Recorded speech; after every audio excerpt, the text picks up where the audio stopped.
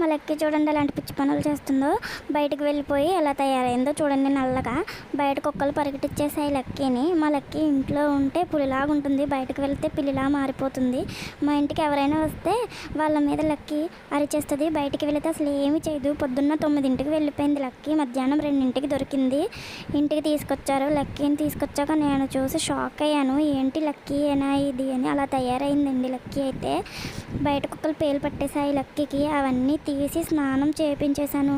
అసలు స్నానం చేయించేటప్పుడు మామూలుగా తిప్పలు పెట్టలేదు నన్ను అయితే. లక్కీకి స్నానం చేయడం ఇష్టం ఉండదు, అలాంటిది అంత నల్లగా తయారైంది కదా, కొంచెం ఎక్కువ టైం పట్టింది. వీధిలో కుక్కలే నమ్మలేదండి లక్కీని చూసి, అంత అలా తయారయ్యింది. లక్కీ అయితే స్నానం చేయించేశాక తాడు తీసేయమని ఎలా అరుస్తుందో చూడండి లక్కీ నా మీద.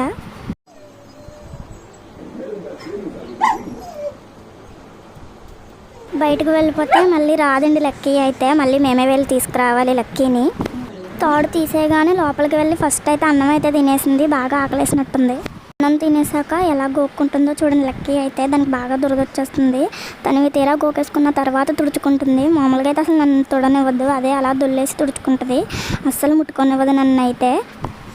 మామూలుగానే మా లక్కీకి పిచ్చి అండి. ఇంకా స్నానం చేయించేసాక ఇంకా ఎక్కువైపోతుంది ఆ పిచ్చి.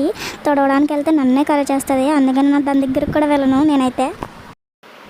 కింద దుప్పడ వేసేస్తే అదే తుడిచేసుకుంటుందండి లక్కీ. అలా దొల్లుతో తుడిచేసుకుంటుంది. లక్కీ అయితే ఎక్కువ గోకేసుకోవడం వల్ల ఎర్రగా అయిపోయింది. దాని కాలంతా ఎర్రగా మచ్చలు వచ్చేసాయి పాపం. చాలా గోకేసుకుందండి లక్కీ అయితే, మామూలుగా కాదు.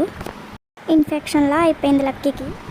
కుక్కలు అయితే లక్కీని కన్ను మీద కరిచేసాయి బాగా. అది ఒక్కొక్కసారి కన్ను తెరుస్తుంది, లేకపోతే మూసేస్తుంది. కన్ను అయితే నీరు గారిపోతుంది. ఇంకా హాస్పిటల్కి అయితే తీసుకెళ్ళాలి లక్కీని.